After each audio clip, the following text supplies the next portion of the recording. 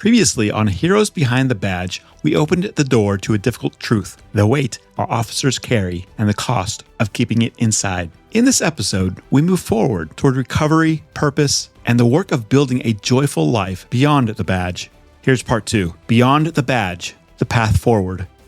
I want to shift gears for just a moment. We know Bill has adjusted very well to his post-law enforcement career life. Supposedly. Involved in so many great projects. Depends on who you talk. Depends on who you talk. Well, that's true. It's subjective. But I want to go to David Berez because one of the things that Dave Howe's program, A Life Plan, deals with is the transition from either a military career to civilian life or a law enforcement career to civilian life. I mean, as we've alluded to, that's your identity.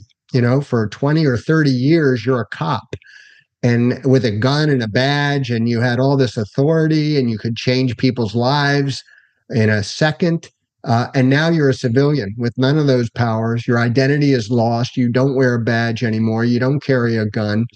So David Berez, what was your transition from law enforcement career, 20 years, to civilian life, and how did you deal with that? Well, it was a bit tumultuous, and I did not deal with it with grace. So for me, it was a bit of a rough go. And when I left at 20 years, I thought I had the greatest plan on the planet. I was going to be a stay-at-home dad.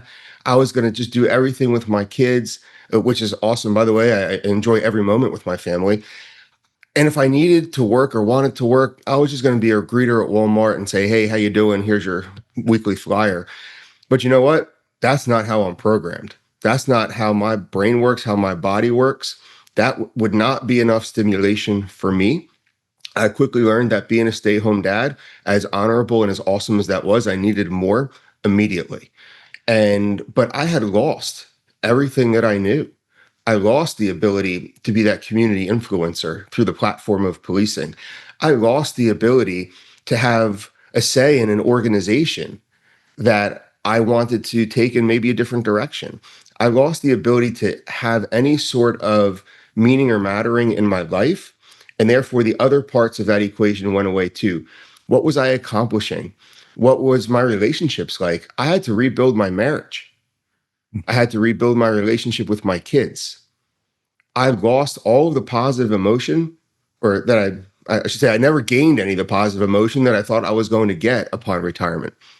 So for me, that transition was not graceful. I became depressive in a way that I didn't really see coming. I thought it was going to be a good thing, but it actually went the other way. And I didn't realize how bad I was until July 29th, when my buddy Danny took his own life. And let's look at the time frame of that. We have COVID mixed in. We have, the civil unrest had just begun a couple weeks before that, following the George Floyd stuff. So the timing was wild. But when Danny died, I realized, you know what? That may have been me if I didn't catch this. So I caught myself as a result of his death. And I realized I needed to make a transition that was beyond the transition from law enforcement to civilian life. I needed to identify what my new needs, my new purpose was. Finding your why is so important. And that why cannot be attached to the uniform, the badge, the gun, the status, the title. So when we think about rank, when we think about the uniform, those positions don't belong to us. We are stewards of them along the course of our career. I don't care if you're a patrolman that for life, or PFL as we used to call them, or if you rise to the level of chief of police in a major, metropolitan area, Miami-Dade, New York City, Chicago, any of them. That position does not belong to you. That job, that badge, that honor does not belong to you. You are steward of it. So when that is no longer yours, you need to find something else to put that energy into, or you're going to run into trouble. And I think the idea of life planning before you get to that stage of retirement is super important, because you can identify what your purpose is. Your purpose may be service to others, but how are you going to do that without the badge, the uniform, and the gun, or the title? Wow. Let me just say, David, that you have become incredibly purposeful, maybe more so than you were as a cop, with the work you're doing, the book you wrote, about resiliency and the training that you're giving other officers to deal with the stress of the job. You are literally saving lives, and I commend you for that, my friend. I want to turn, though, to Dave Howe. You've heard David Berez talk about the transition. It wasn't an easy one. You've seen it with yourself in your military career. You've seen other soldiers deal with it. How does a life plan help address the transition from being a military officer or a law enforcement officer to civilian life? Tell me about that. Well, again, well, having a life plan is good at all points in your life. There are certain milestones in life where it can be the difference between success and failure. Beginning your life as an adult is a critical milestone. Transitioning out of the military or out of law enforcement is a massive change. And a lot of people end up literally losing their identity when they take that uniform off for the last time. So having a written plan in advance that is holistically looking at all of the aspects that make for a joyful life. So not just what are you going to do, make money, but, make sure your relationships are all where they need to be. Make sure you have some kind of way of tapping into some kind of inner spirit. Obviously, you need to be solid financially. You have all these different components that go into what a successful plan is. And as you transition out of a community like law enforcement, it really is that much more important because unlike most of the civilian jobs, you were a shoe salesman for 20 years. Okay, we need shoe salespeople, but you're not suffering the same kind of loss of identity when you have sold your last pair of shoes and you're moving on to whatever you're moving on to. So this is a great way to make sure that people don't end up in the situation that David has so brilliantly described in his own life, where you suddenly literally start feeling life is slipping away and you find yourself on a path that's becoming darker and darker with each day. And that's ultimately how people end up committing suicide, is they literally get to a point where living another day, pain of that is more painful than the thought of ending their own life. And that's a truly difficult place for those that aren't having any kind of suicidal thoughts to even understand, much less see that something like that could happen to somebody. But it happens in the law enforcement community almost every 2 or 3 days. Happens in the military community almost 24 times a day. So it's a very simple way of making sure you end up on the right path rather than on a path that leads ultimately, potentially, to nowhere. So, Dave Howe, tell the audience, we know, but really put it in detail. How are you bringing this together? Who are you working with on this? How is it going to be implemented, or how do you think the best possible way is to implement this, not only for the military folks, which is where you started, but how can it be integrated into the law enforcement circles? Sure. There's a lot to unpack in that question, but I'll focus initially on the best way, I believe, to bring this to, and it's the way I'm presenting it to the members of Congress and members of the military, to bring it as part of the transition assistance program for the military, is to create sort of this opportunity. It wouldn't be a formal program like what the military has necessarily, but before you leave, you've got your retirement papers in, or you've indicated that you're going to go do a different career, that this would be part of that process to make sure that you are leaving on good terms, not so much with the department, but you're leaving on good terms within your own self. And one of the things that I would emphasize on the way that this program needs to be implemented is it's designed for the family too. Because if your family is in support of what you're doing and they realize that there is light at the end of the tunnel, whether it's a 20-year career or you're about to walk out the door for the last time, you are going to be in a much, much better place to deal with that transition. than if the wife wants to go one way, the kids want to go another way, and you're charging it off in some other direction. And I truly believe, because the data supports it, that having a life plan that brings in the family into that crafting of the actual written document, you're going to see a much lower divorce rate. You're going to see a much lower incident rate of children acting, and obviously in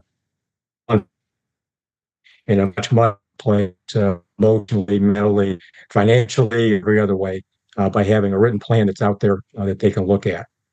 So David If somebody, Berez, and if an officer, though, just to finish that point, if an officer individually or a department, maybe a chief or sheriff, wanted to implement such a program, wanted to develop a life plan within their own department or within their own lives, who can they contact?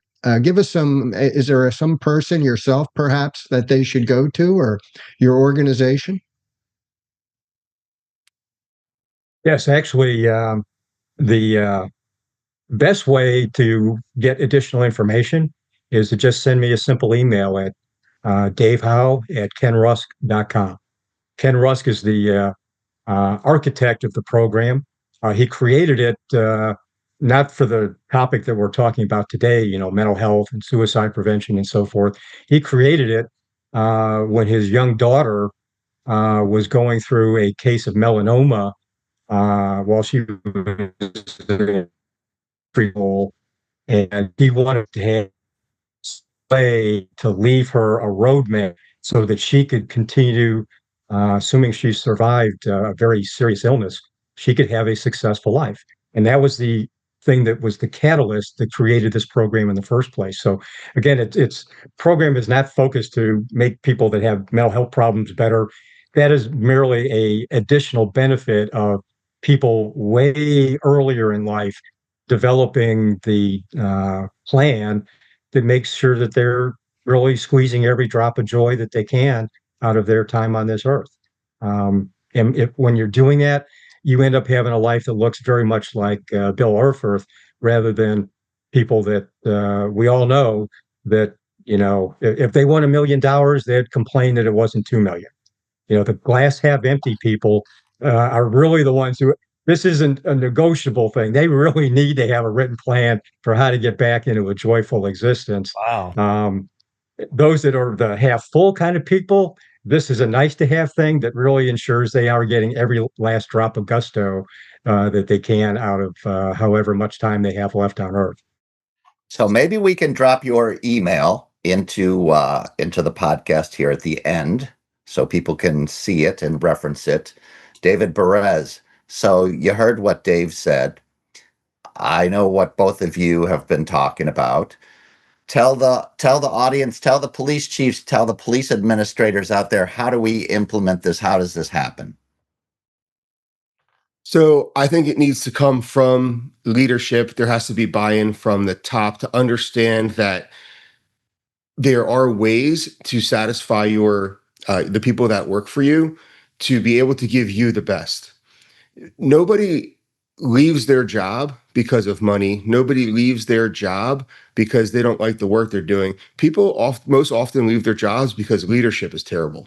So if you can show your people that you care, which is what leadership is all about, there's a distinct difference between being a leader and being a boss. If you're just a boss of your agency, this is going to be troubling for you to implement, because nobody's going to have the respect for you that this means something to you.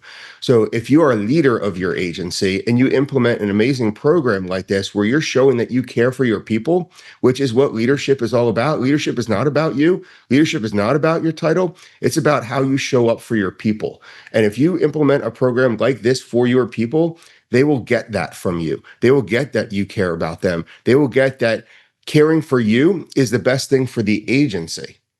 So yes, if we put leadership in a place where they embrace this and lead by example and do a program like this for themselves as well, because I don't care what kind of stars, bars, or whatever you got on your shoulder, if you're not doing it by example, nobody's going to trust your authenticity.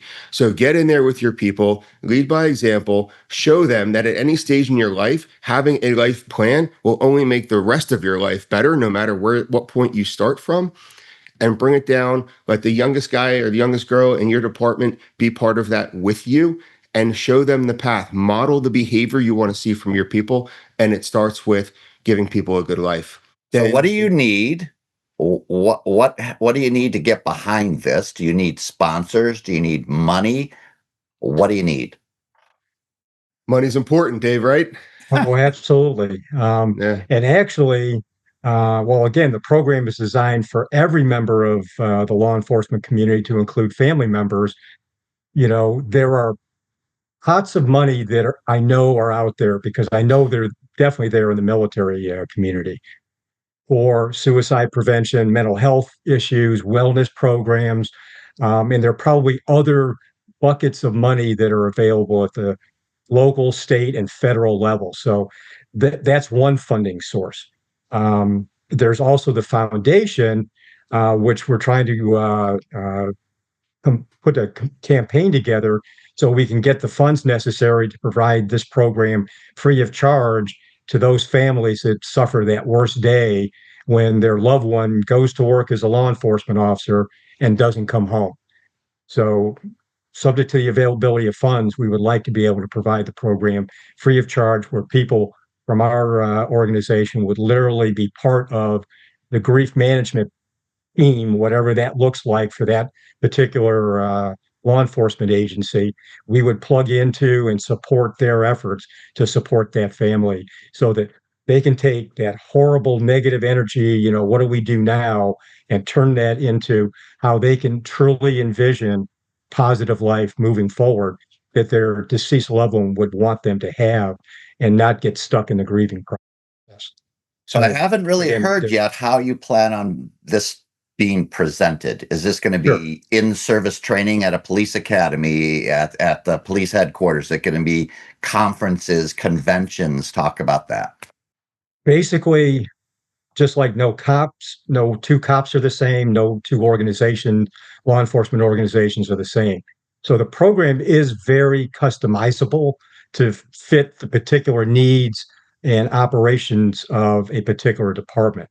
So there is no one size fit all, but it ranges everything from an online version, which I actually don't recommend, because what I've seen is the people that do well with the online course are the Bill Erfurths of the world.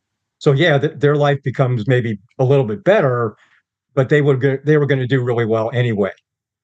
People that really need this are the ones that probably aren't going to get through a self-paced, on your own, no outside accountability, and you just sort of give them an online access, and they hope that they make it all the way through and come up with a real viable plan that they're going to commit to. So the way we recommend doing this is for an organization, department, to contract with us. We figure out what the right way is to do it, but mostly it's probably going to involve a train-the-trainer model that I take from the military background that I have, which is we would come in, the department would identify one or more super users that would then become the trainers for future members of the department. We could do the initial training at the same time, so that you get a cohort of law enforcement officers through the program at one time. But then the plan would be we would take one step back, leave the trainers there to train people as they come into the department and or as they're leaving the department, whenever you think the critical milestones are for that particular agency. And then we provide quality control to the trainers to make sure that they're providing the instruction exactly the same way that our people would do it. And most importantly, we would review a number of the plans to make sure that we're seeing the kind of quality that needs to be there for the plan to really have the lifelong support that the plans are designed to provide. The plans are written, but they're also designed to be updated as things in your life change. So it's not a static thing where you do it, when you're 20 something years old, first day on the job, and that plan looks exactly the same 30 years later when you're walking out of the department for the last time. There's a lot of interaction that needs to go on to make the plan a living document, which is where you really get the return on the investment for putting a program like this into place. And Dave, so train the trainer is really the right way to do this. Yeah. I have had a discussion with Dave Howe about how we can maybe help amplify the availability of this program. And I'm going to be sending it out to the state associations of chiefs of police, the state sheriff's associations across this country, and encourage them to share this program availability to their membership. So hopefully we, citizens behind the badge, will be able to help get the word out. And in closing, Dennis, I want to pass it on to you, but let me just say that Dave Howe hit on something interesting. He said there's a lot of officers like Bill Erfurth, and I would suggest the overwhelming majority of officers who probably end their career on a high note. They feel like they've accomplished something very honorable, having served in the law enforcement profession, and they go on to lead wonderful lives. And this program will just make it that much easier for them, that much better for them than it already is. And yet there are officers who are struggling. And this would be a minority of the officer population, I would suggest, having met so many of them. But we need to make these types of programs, positive psychology, resiliency training, life plan. Those are important tools in making sure that our officers get through their careers healthy and well, and have a great life afterwards, a joyful life. So thank you, David and Dave, for sharing all of this with us. And Dennis, I'll turn it over to you to close. Thank you, Craig. I can't wait to get the transcript to this episode.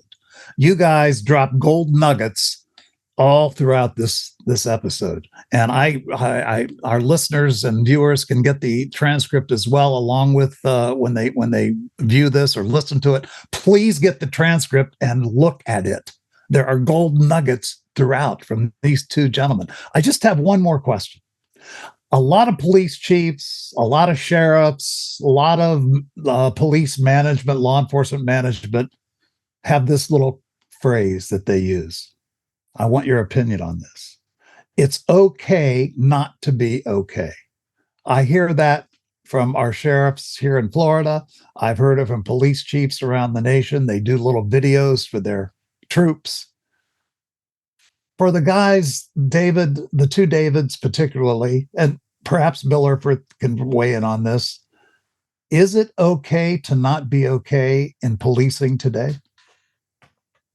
I'll tackle that real quick and say, yes, it's okay to not be okay if you're going to get the support to be okay. I would add to that, it's also okay to be okay.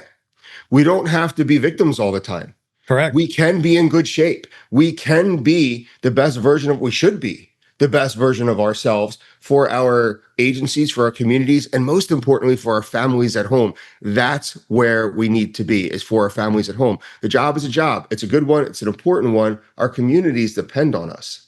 But it's okay to be okay. And if you're not, figure out how to get there. There are avenues. There are programs. But it's okay to not be okay, but only if you're going to do something about it. If you're not doing anything about it, it's time to go. We talked earlier about the stigma. Bill Erfurth talked about that. We all discussed that. Is there still a stigma to not be okay? Are you in fear of your job? Are you in fear of your reputation, et cetera? Is there still that stigma? I would say yes. But I would also add that leadership has a responsibility to make sure that what you have is not going to be a problem for the agency or the community. Absolutely. And this ties back, Dave Howe, about leadership, right? This goes back to leadership. We talked about this a lot during this episode. Yeah, absolutely. A program like the program to develop a joyful life plan of action, it has to have the support of the senior leadership for a number of reasons. One, they have to emotionally believe in this, or otherwise no one below. I mean, you can force people to sit and get another death by PowerPoint experience that I'm sure they're being subjected to all the times on a wide range of ridiculous topics. and in which case it's a waste of everybody's time. This actually can be a total game changer in so many ways. I mean, everything from you'll have not just better law enforcement officers, but you'll have better law enforcement families. The community does well. The retirement community will be in better shape.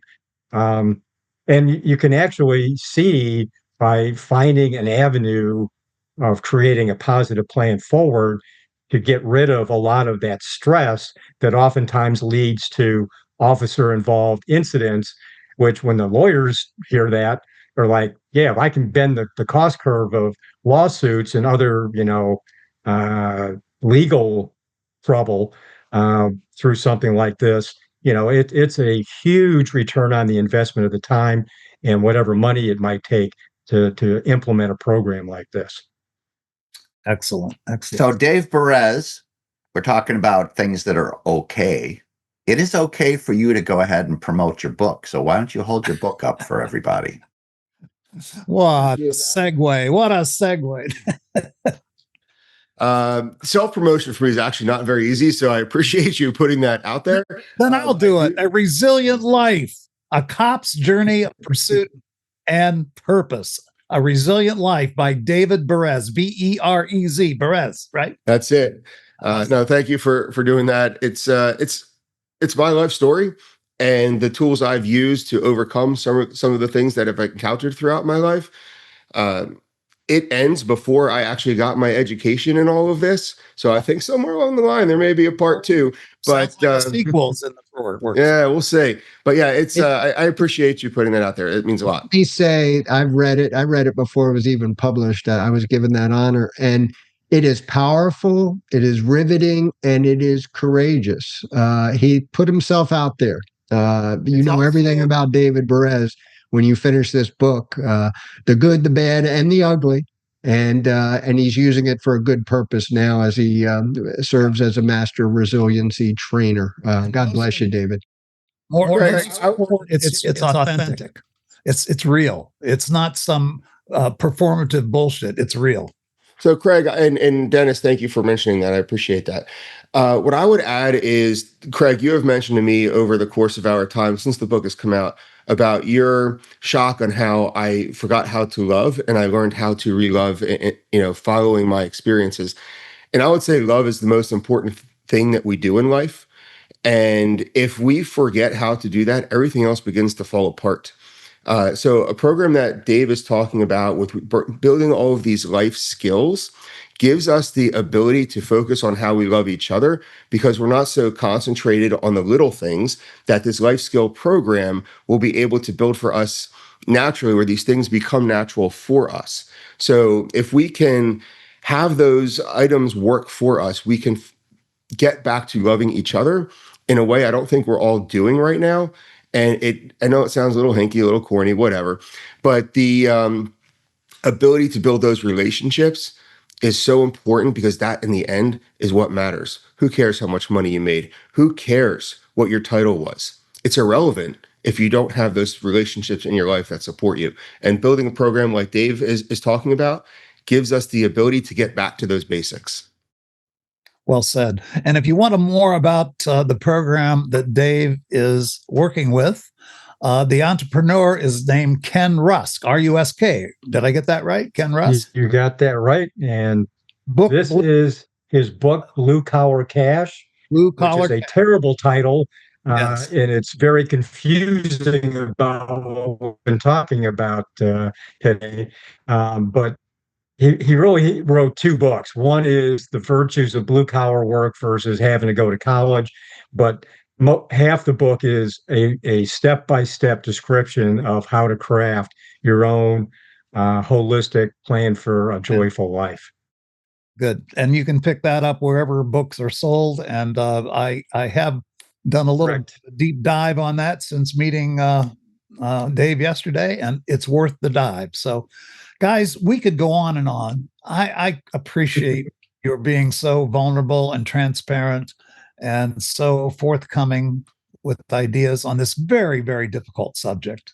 I know that what Dave Howe does is more than just dealing with police suicides, but I think that I think Dave Berez would even agree that is part of what has to happen. And the blend between the positive psychology and resiliency and a life plan, that's where the magic happens. And that's the word that we as citizens behind the badge must spread. Let me remind everyone, number one, thanks for listening. Thanks for watching.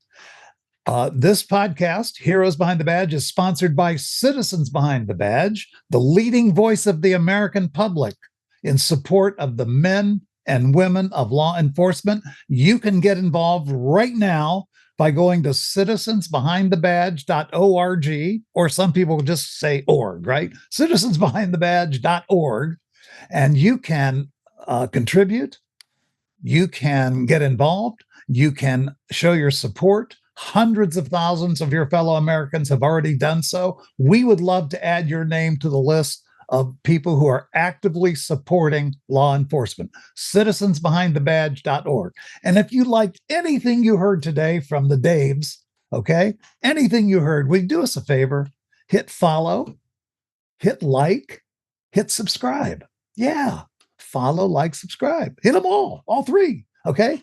We'd love to have you as a loyal follower, fan, subscriber. And this way you get first shot at new episodes, and we release new episodes often. And if they're anything like this, you do not want to miss them. That's all for today's episode of Heroes Behind the Badge. Thank you, Davids, and we'll see you next time on Heroes Behind the Badge.